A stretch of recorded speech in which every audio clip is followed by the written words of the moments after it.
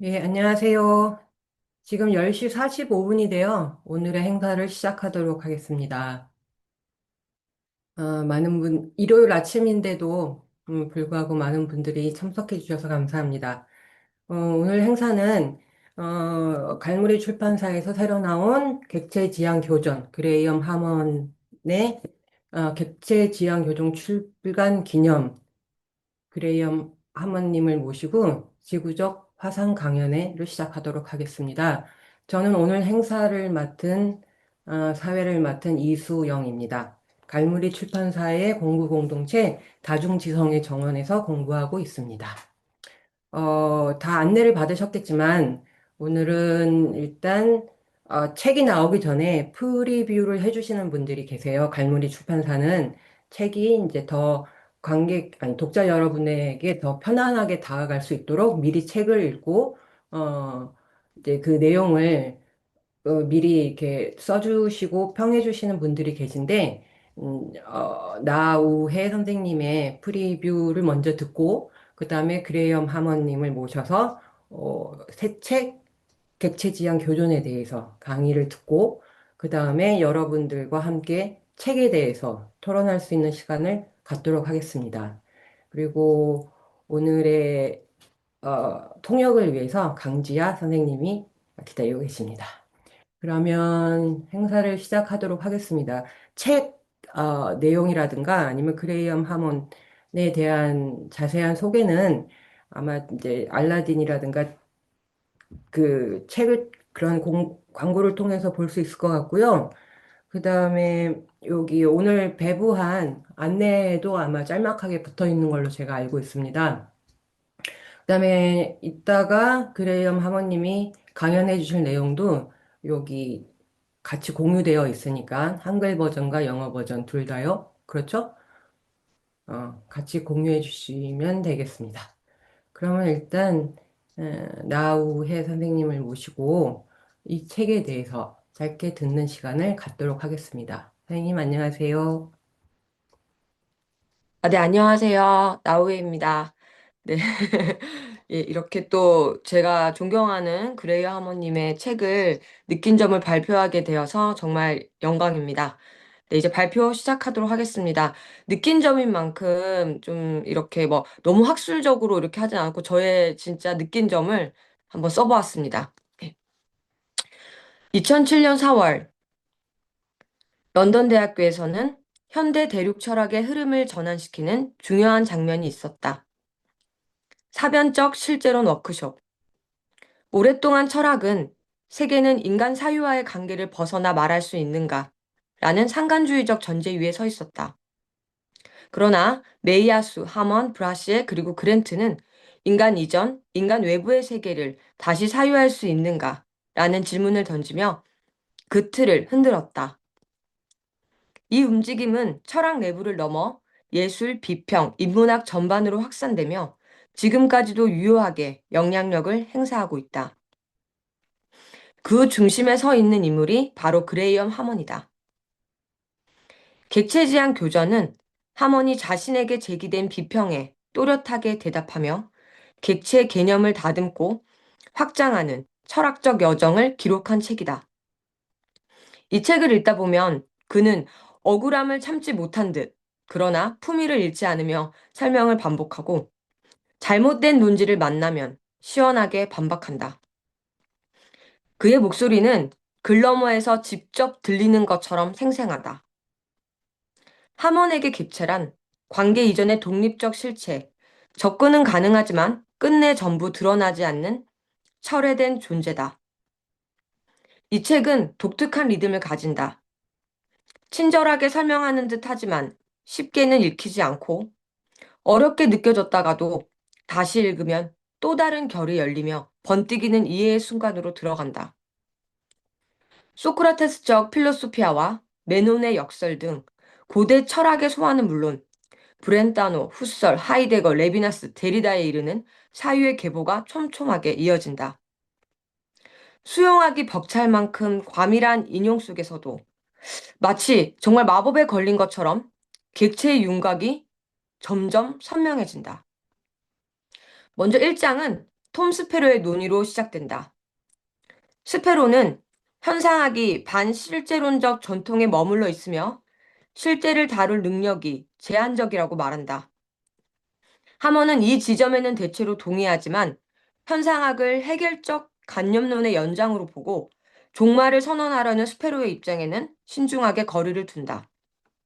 후설은 관념론이지만 객체를 기술의 중심에 두기 때문에 실제론으로 이어질 여지를 남긴다고 보기 때문이다. 또한 브레이버의 파괴적 실제론에 대한 스페로의 낙관에도 하먼은 비교적 조심스러운 태도를 보인다. 1장은 하먼이 자신의 철학적 위치를 가다듬고 이후 교전이 펼쳐질 무대를 정리하는 서막이라고 할 수 있다. 다음으로 등장하는 스티븐 사비로와의 논쟁은 본격적으로 열기를 띈다. 샤비로는 하이트헤드와 정동의 철학에 기대어 객체를 관계의 흐름 속에서 이해하려 한다. 하먼은 그의 통찰을 존중하면서도 이렇게 주장한다. 감각으로 드러나는 것은 객체의 표면일 뿐이며 객체는 언제나 철회된 핵을 가진다. 샤비로가 표면의 진동을 본다면 하먼은 시면의 지속을 붙든다. 이 지점에서 두 사유의 방향은 가장 선명하게 갈라진다. 샤비로를 지나면서부터는 책이 본격적인 전장으로 진입한다. 스페로와 샤비로까지는 비교적 온건한 교류와 조정이 이루어졌다면 피터 그레이튼과 울펜데일에 이르러서는 실질적인 배틀이 시작된다. 이 두 장은 책에서 가장 밀도가 높고 가장 어려운 부분이기도 하다. 논의는 한층 더 첨예해지고 비평의 결은 훨씬 날카롭다.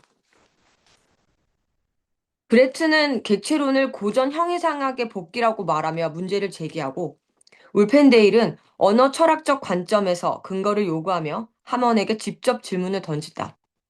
그리고 브라시에서 사변적 부검이라는 강렬한 제목으로 함께 나타나며 객체 철학을 해부하듯이 분석하려는 시도를 보여준다. 이렇듯 샤비로 이후부터는 책이 본격적으로 논쟁의 중심에 들어서고 이제 이후부터는 알베르토 토스카노, 크리스토퍼 노리스, 단 자하비, 스티븐 모럴 등 다양한 철학자들이 차례로 호출되며 그 시야는 더 넓어진다. 책의 초반부가 칼과 방패가 부딪히는 전투라면 후반부는 전장을 한눈에 조망하여 객체 철학이 어떤 지형위에 서 있는지를 확인하는 순간이다. 나는 작년에 객체를 연기 담론에 대입한 연구를 진행했다. 객체가 실제한다면 배우는 어떻게 연기할 수 있을까? 그 실험의 장으로 고레아타 히로카즈의 2010년 작품 공기 인형을 선택했다. 인간처럼 작동하지만 끝내 인간이 아닌 몸. 관계 안에 놓이지만 그 관계로 환원되지 않는 존재. 나는 존재의 신체를 하먼의 객체 개념과 겹쳐 읽으며 배우의 몸이 전부 드러나지 않는 실제로서 존재할 수 있다는 가능성을 탐색했다. 표현을 쌓는 연기가 아니라 철회된 존재로 남는 연기. 그 지점에서 연기는 감정의 전달이 아니라 객체와 닮은 방식의 현존이 된다고 생각했다. 이러한 연구와 함께 이 책을 읽으며 흥미로운 역설을 발견했다. 하먼의 객체는 철회되어 있지만 오히려 미술, 연극, 영화, 건축, 비평에서 놀랍도록 유효하게 작동한다는 것이다. 객체는 보이지 않는 침묵, 자녀의 칭의를 사유하게 만들고 예술이 오래 다져온 불가시적 차원을 다시 생각하게 한다. 감각되지 않는 것을 사유하게 하는 점에서 객체로는 예술 비평에 새로운 언어와 시선을 제공한다. 많은 철학서를 읽어왔지만 책을 통해 만난 철학자 가운데 이토록 친절하고 독자를 끝까지 데려가는 철학자는 그레이어 하먼이 처음이다. 설명은 돌고 돌아서 다시 깊어지고 문장은 잠시 멈춘 뒤 더 선명해지며 독자가 이해의 문턱에 다다를 때까지 기다려준다. 솔직히 이 책은 한 번만 읽고 끝낼 수 없다. 어제 이해한 문장이 오늘 다시 보면 전혀 이해가 되지 않을 때가 있고 지금 읽는 문장이 내일은 새로운 결로 다가올 수도 있다. 마치 책 자체가 객체처럼 깊이를 감추었다가 조금씩 다른 모습으로 다가오는 느낌이다. 특히 인상적인 점은 동시대 철학자들의 등장의 폭과 밀도다. 숄 클리키, 셀 콤먼, 윌리엄 시거, 돈 로스를 비롯해 메이아스, 모턴, 브라이언트 등 여러 사유가 하나의 장 안에서 광범위한 스펙트럼으로 교차한다. 그 양과 깊이는 독자를 압도하기도 하고 동시에 객체론이 오늘 철학의 가장 뜨거운 중심부에 논의되고 있음을 확인시켜준다. 그래서 나는 이 책을 책장 깊숙이 꽂지 않으려 한다. 책상 위에 펼쳐두고 다시 보고 계속 사유할 것이다. 네, 저의 느낀 점은 여기까지입니다. 감사합니다. 네, 선생님 감사합니다. 저도 선생님이 말씀하신 것처럼 책 제목이 교전인 만큼 그 뜨거운 전장의 열기가 막 느껴진다, 흥미진진하다. 이 싸움은 과연 어떻게 될 것인가, 막 이런 기분으로 읽었었거든요. 여기 선생님께서도 이제 그 철학적 교전이 가질 수 있는 그 사유들의 꽃? 사유들의 풍성함? 이제 이런 것들을 잘 느낄 수 있는 책이지 않았나, 저도 그렇게 생각합니다. 어, 그러면 이제는 함원 선생님을 모시고, 이제 객체지향 교전, 이 책에 대한 강의를 들을 시간인데요. 선생님 나와 계실까요?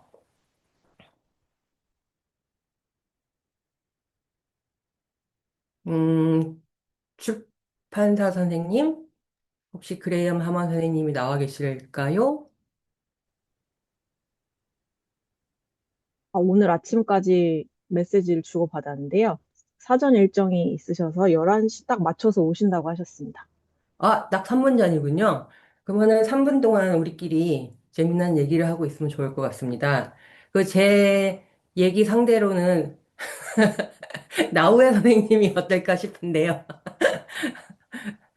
예, 네, 선생님 감사합니다. 네, 일리엄 선생님이 오실 때까지 예, 저와 이 책에 대한 얘기를 잠시 나눠주시면 네, 감사하겠습니다. 선생님 아까 이제 작년에 쓰신 논문에서도 이 연극 담론에 대해서 말씀을 주셨잖아요. 저도 네네. 되게 이제 어, 궁금했었는데 이제 함원의 객체가 물러서 있지만 어떤 미학적 막 부딪힘 속에서 연극 무대가 마련되고 그렇게 하면서 어떤 실체를 만나는 듯 만나지 않는 듯 만난다? 이제 이런 게 굉장히 지금 오늘도 그 지점이 포커스가 되지 않을까라는 생각이 드는데 그 지점에 대해서 선생님은 논문에서 어떻게 이해하고 이렇게 함언을 읽으셨는지 네. 조금만 그, 설명을 해주세요. 네. 처음에 이제 그 함원의 책을 공부를 하면서 객체라는 것이 되게 궁금했었고요. 그래서 그 객체가 만약에 실제 존재한다면 어떤 모습일까? 이걸 한번 상상을 하면서 이제 연기와 연극으로 이렇게 글을 써봤습니다. 그런데 이제 쓰면서 느꼈던 것은 굉장히 객체가 실제로 구현된다면 이것은 시적인 그런 느낌으로 연기가 펼쳐진다는 것을 저는 좀 발견을 해봤고요. 그래서 이것이 연극 무대에서는 이제 일본 연극 중에 노라는 것이 있어요.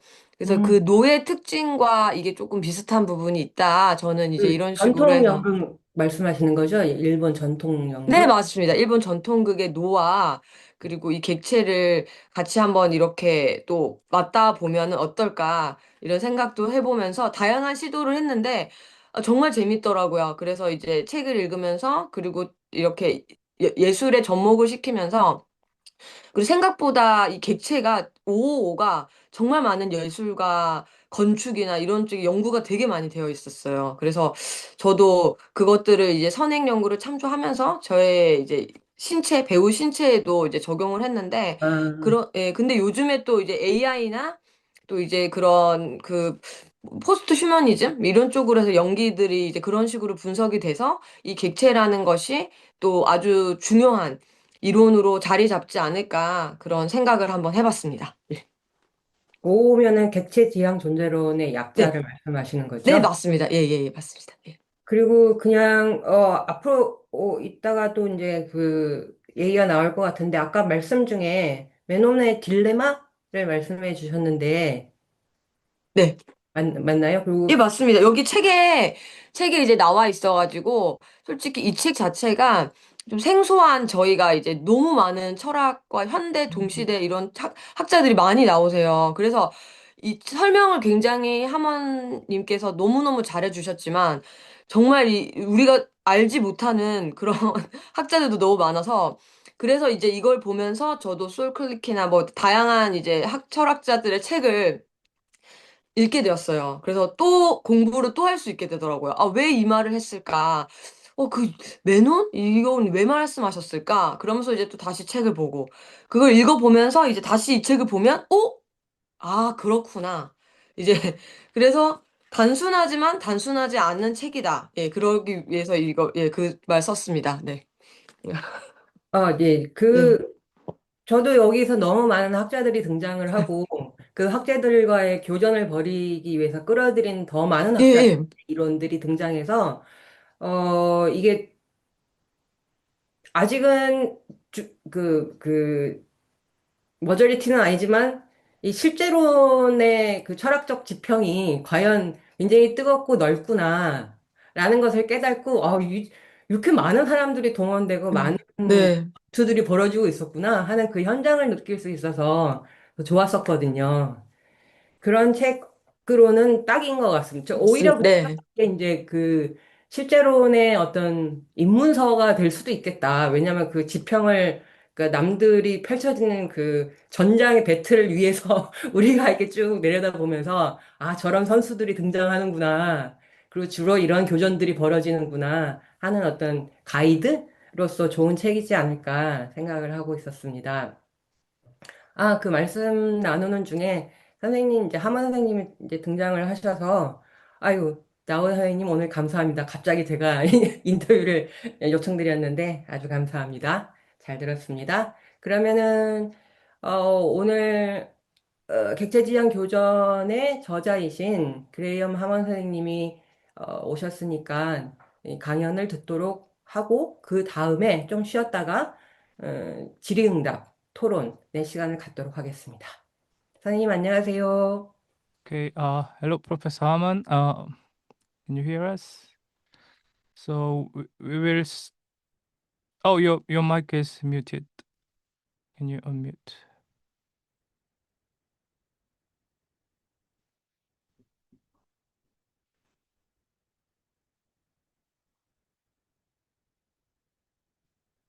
So I will briefly give you the idea. So the preview, Na Wu-hei, has just given a thought on the book, on the Korean manuscript, on Korean translation of the book, and has shared her thought. And I will hand the floor over to you now. So during your lecture, I'll be sharing the Korean translation of your text that you are going to read in English, and Okay. the shared screen will be in Korean, so the audience can follow along. So I will share the screen now. Yeah, I think you can hear me now too. Yeah, I Okay, can hear you. I'll put my headphones on as well. Eliminate any static. 오케이. 다들 보실 수 있으시죠? And then you're going to introduce me first and then I will begin. 야, 그 하만 교수님을 소개하는 언급을 이제 할까요? 아니면 그 소개는 그걸로 출판사로 갈무리를 잠깐만요.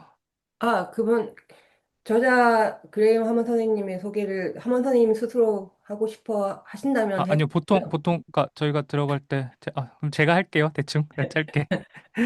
네, 다들 잘 아시겠지만 하만 교수님은 그 아이오와 출신의 철학자이시고 현재 LA 소재 그 건축대학교 철학 특임 교수로 재직 중이십니다. 1999년에 시카고 드폴 대학교에서 철학 박사학위를 취득하신 후에 2000년부터 최근까지 카이로 소재 아메리칸 대학교에서 철학을 가르치셨고 현대 철학의 사변적 실제로 운동을 선도하신 핵심 인물로 널리 알려져 있습니다.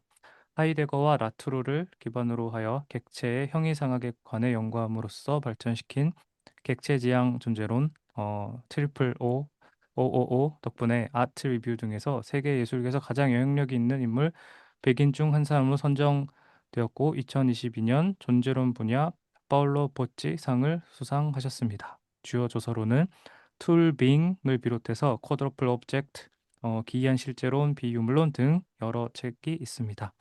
그러면 그 마이크를 선생님에게 넘겨드리겠습니다. So the floor is yours, Professor Harman. Thanks very much. For several years early in my career, I wanted to write a book responding to all known criticisms of my philosophy. But I did not act quickly enough on this plan, and soon there were far too many critics to respond to even a small portion of them. A different sort of opportunity soon presented itself. In 2014, 4 books by different authors were published on the topic of speculative realism, all of them dealing with my own philosophy, object-oriented ontology, to some degree. The 4 books were very different in tone, which offered me the chance of using a variety of tones and styles in response. Tom Sparrow's book, The End of Phenomenology, published in the series I edited at Edinburgh University Press, was mostly in agreement with my own ideas.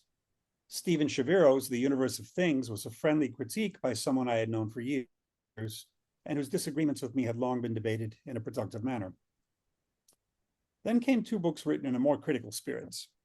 Peter Grattan's Speculative Realism, Problems and Prospects tried to present itself as a neutral introduction to the movement, but at bottom, Grattan is unsympathetic in ways that his book could barely hide.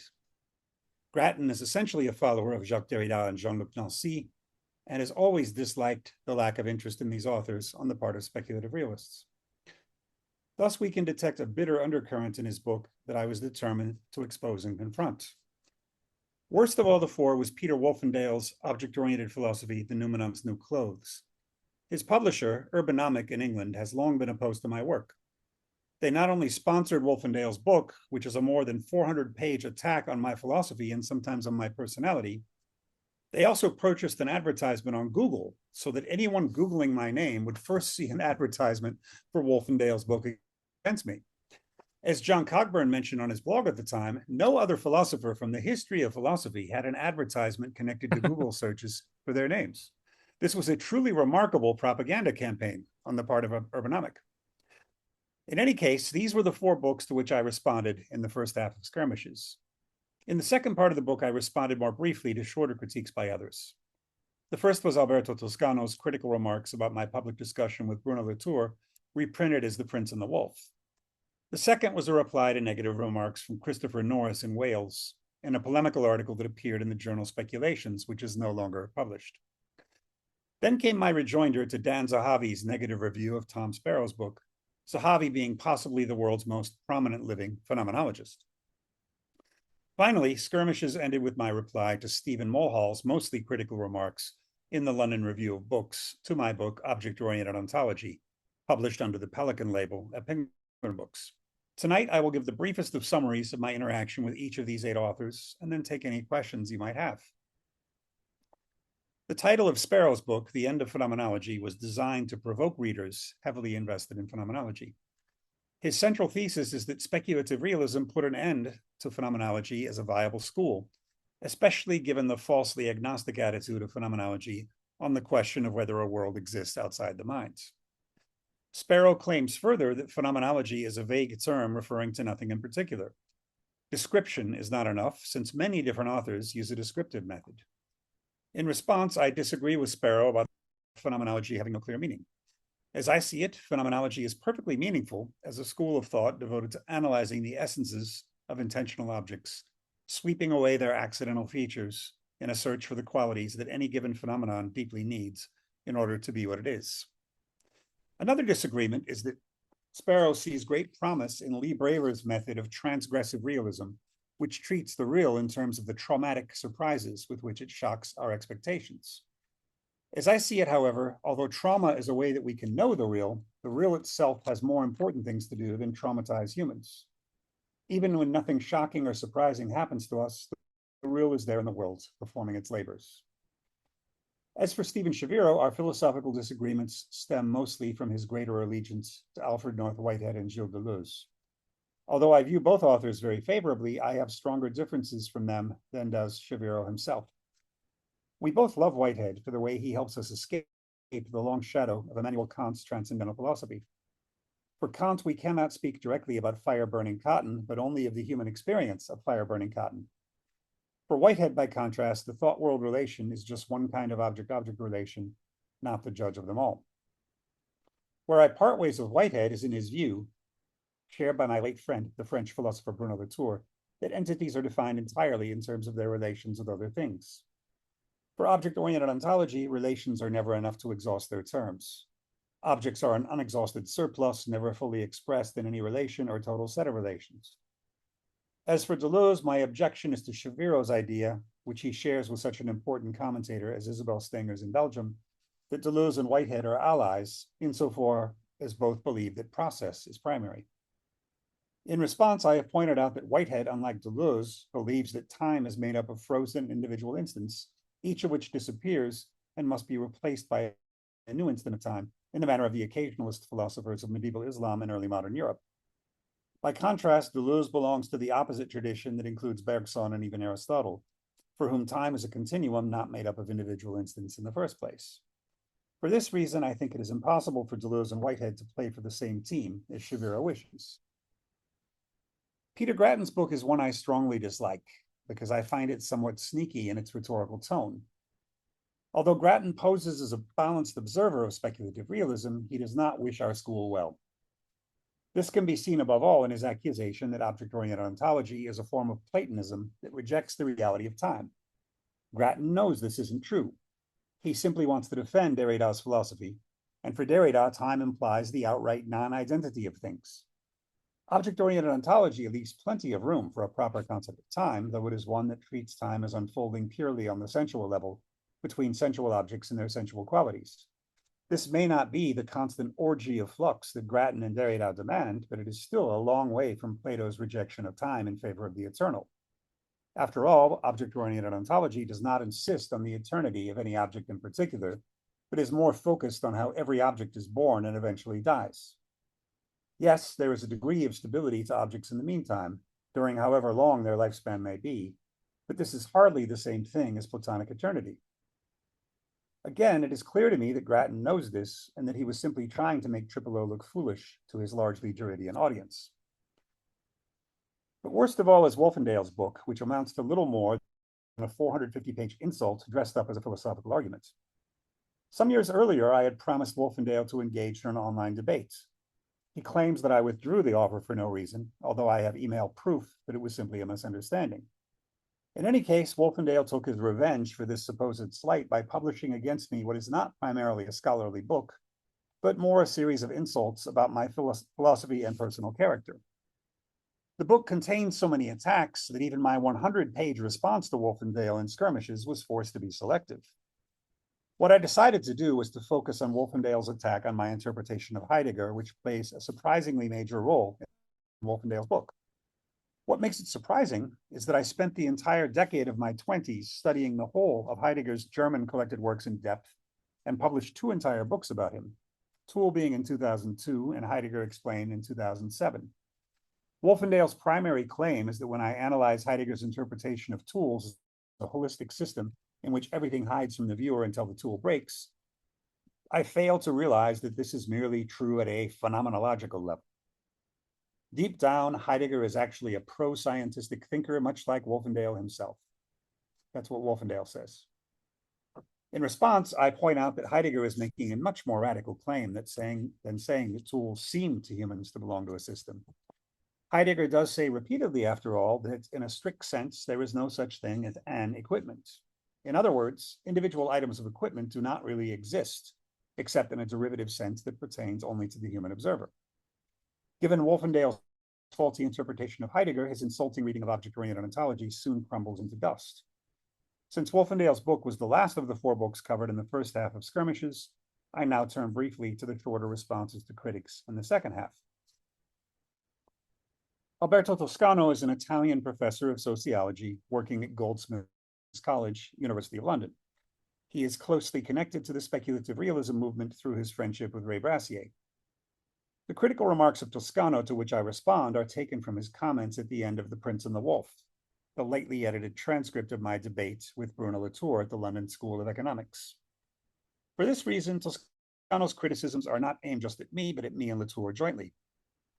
One complaint he makes is that despite my and Latour's insistence that science should not have the last word on all intellectual topics, Toscano holds that the discoveries of science are often more surprising and more interesting than those of philosophy. In response, I remind Toscano that philosophy at its best can provide the most deeply surprising insights, giving G.W. Leibniz as just one example. On a related note, Toscano accuses both me and Latour of being neo-monadological followers of Leibniz. In response, I point to the many differences between Leibniz on one side and me and Latour on the other. Among the most important such difference is that Leibniz maintains an excessively classical distinction between substance and aggregates, meaning that for Leibniz, things are not real unless they exist by nature. Whatever exists due to human artifice can only qualify as an aggregate, not as a substance. My own difference from Leibniz on this point is easy enough to see. Although Leibniz, in his correspondence with Antoine Arnauld, ridicules the idea that a corporation like the Dutch East India Company could ever be a substance, I have written an entire book on this company, Immaterialism, already published in Korean by Galmori in 2020. As for Latour, all of his works are filled with examples of artificial objects that Leibniz would never accept as substances. For instance, consider the proposed Aramis automated metro system for Paris, eventually canceled, about which Latour wrote an entire book. It should be clear enough that Toscano's accusations do not hold. We turn now to Christopher Norris, professor at Cardiff in Wales, United Kingdom. Norris is an interesting figure insofar as he is both a follower of Derrida and an adherent of natural science as a deservedly dominant discourse on nature. A number of Norris's critical remarks are aimed at my fellow speculative realist Quentin Meillassoux in Paris, and thus I spend a bit of time in skirmishes showing that Norris misreads Meillassoux as a scientific realist, which is not what he is. But Norris then makes a sloppy critique of my concept of vicarious causation. Norris seems to think that I am an occasionalist and that I claim that God is responsible for all causal relations in the universe, even though I simply describe this theory to show what points in it are still valuable. I am a theorist of local indirect causation, not the theological kind favored by the occasionalists, and not the anthropocentric kind defended by human Kants. For this reason, the debate with Norris never gets very far off the grounds, given his careless interpretation of both my work and Meillassoux'. Next comes Dan Zahavi, who seems irritated by Sparrow's book title, The End of Phenomenology. This is hardly surprising, given that Zahavi is now one of the world leaders of the phenomenological movement, which he has tried to bring into dialogue with the analytic philosophy of mind. Zahavi runs a prestigious center in Copenhagen, Denmark, and has generally had a successful career. I will not try to defend Sparrow against Zahavi here, since Sparrow is fully capable of defending himself. As his footnotes show, Zahavi tried to do a considerable amount of homework about speculative realism, which ensures that he is sometimes right in his comments, including his critical ones. But Zahavi seems strangely unaware of my first book about Heidegger, Tool Being, which leads him to make the strange accusation that I seem unaware that some people give realist interpretations of Heidegger, even though I am one of the primary authors who does so. Among the main defects of Zahavi's defense of phenomenology is that he simply echoes Husserl's claim that it would be absurd to posit a thing in itself beyond the givenness of an intentional object to consciousness. But to call something absurd is not yet a philosophical argument, and it will not be possible for Zahavi to engage in fruitful debate with speculative realist authors until he becomes less defensive about phenomenology and provides an actual argument for why the in itself is absurd. Stephen Mulhall is professor of philosophy at Oxford and has done considerable work on Heidegger, Wittgenstein, and Stanley Cavell. In the London Review of Books, he examined my 2018 book, Object-Oriented Ontology, A New Theory of Everything, and was mostly critical. There are a number of problems with Mulhall's arguments. First, he claims that no theory of everything is possible, giving the strange reason that if a theory is about everything, that it can include the differentiations that enable any theory to make sense. This is a puzzling claim. Quite often in the history of science, for instance, there have been theories that everything is made of atoms. For today's physics, we could say that all physical matter is made of quarks and electrons. Now, such claims might always be wrong, but they are certainly not meaningless, as Mulhall implies. To say that everything is made of atoms is quite informative, even if it turns out to be false. Object-oriented ontology tries to give a different theory of everything, but one that also includes non-physical realities. Mulhall is also quick to dismiss as innocuous the Whitehead-inspired claim that the thought-world relation is not central to philosophy, but is simply one special case of object-object relations more broadly. But far from being innocuous, this claim has been enough to attract all manner of abuse from critics, given that so many contemporary philosophers remain squarely within the Kantian transcendental framework. But he concludes with a more interesting critique, one that has been matched recently by John Cogburn and Nicky Young, who can both be called friendly critics of Triple O. When I interpret metaphor as a way in which the reader has to perform the existence of the metaphorical object, Mulhall complains that this does nothing more than theatrically produce a change in the reader rather than revealing something about the object of metaphor. This is not the place to make a full response, though I do want to say that philosophers have often been too quick to focus on the conceptual content of knowledge without paying enough attention to how the knowledge shapes the knower into a new sort of being. I hope this summary of some of the key debates and skirmishes has been enough to interest at least some of you in the book. This was one of my favorite books to write, and I hope it proves to be one of your favorites to read as well. As always, I am happy to appear before the always highly educated questioners at Galmori and look forward to your questions. If I'm counting correctly, this is my 9th book with Galmori. No other publisher in the world has published that many books by me, not even in English. And it's my 11th book in Korean overall. Thank you very much. 네, 감사합니다. 하만 선생님께서 이제 자신의 알을 같이 공유해 주셨는데, 감사한 마음으로 우리 한번 박수 한번 쳐볼까요? 감사합니다. Plus, do we need a 5 minutes of break, or shall we go to the Q&A and discussion session? I'm fine with going forward, but if your Okay. audience prefers a break, it's up to you. 그냥 계속 할까요? 계속 진행. 제 생각에는 질문을 서로 주고받다가 끊는 것보다는 차라리 지금 좀 쉬고 네. 이제 쭉 연결해서 아, 질문을 마치는 게 좋을 것 같아서 여기 한국 그 강연 지금 참가하신 분들은 아까 보니까 시작은 10시 45분에 했지만 그 한 10분 전부터 들어와 계신 분들도 많고 해서 잠시 쉬는 게 좋을 것 같습니다. okay. Then let's take 5 minutes of break Okay. and come back to Sure. the for Q&A session. See Yeah. you. See you in a 어, minute. 강장 선생님은 항상 좀 짜신 것 같아요. 5 minutes. 벌써 가셨네. 어떻게 우리 10 minutes 하려고 그랬는데. 아이고, 어쩔 수 없네. 먼저 와서 기다리실 수 있으니 5 minute 브레이크 하겠습니다. 네. 그러면 지금 11시 23분이니까 네. 아주 애매한 28분. 28분에? 네. 28분에 오지만 30분에 시작하는 느낌으로. 예, 그쵸. 30분 같은 28분에 시작하는 걸로 네. 하고, 좀 이따 알겠습니다. 뵙겠습니다. 네.